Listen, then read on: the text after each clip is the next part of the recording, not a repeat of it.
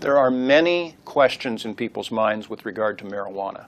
I don't smoke marijuana. I'm not interested. I believe that it's a dangerous drug.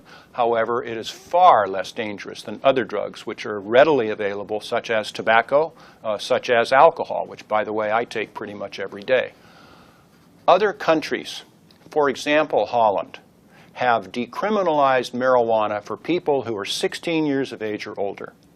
The Minister of Health in Holland held a press conference a few years ago and said that Holland has only half the marijuana usage per capita in their country as we do in the United States, both for adults and for teenagers, and went on to explain why. He said, "We have succeeded in making pot boring. We, of course, glamorize it, and we have a profit motive to push this stuff upon people.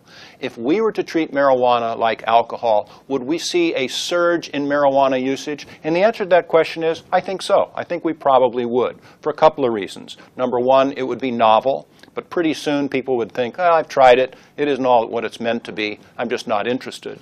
Other people, however, may come down the ladder, and instead of using more harmful drugs, which they're forced to use now, they'd come back to their drug of choice, which would be marijuana. And if it comes down to it, if it's a choice societally to somebody using methamphetamines or cocaine on the one hand or marijuana on the other, I think most people would agree that marijuana is far less dangerous. But today, if you're worried about drug testing, urinalysis and the rest, either because you're on the football team or you're in the debate team or you're a pilot or whatever, and you're going to party on a Friday night.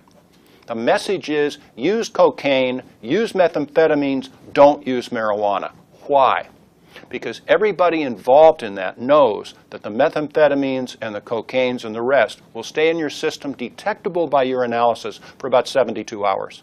But the marijuana will stay for 30 days. Message: if you're worried about drug testing, maybe you're on probation, maybe you're on parole, use cocaine, don't use marijuana. That's stupid, but that's what people are doing today. So then there's the issue of this gateway drug theory.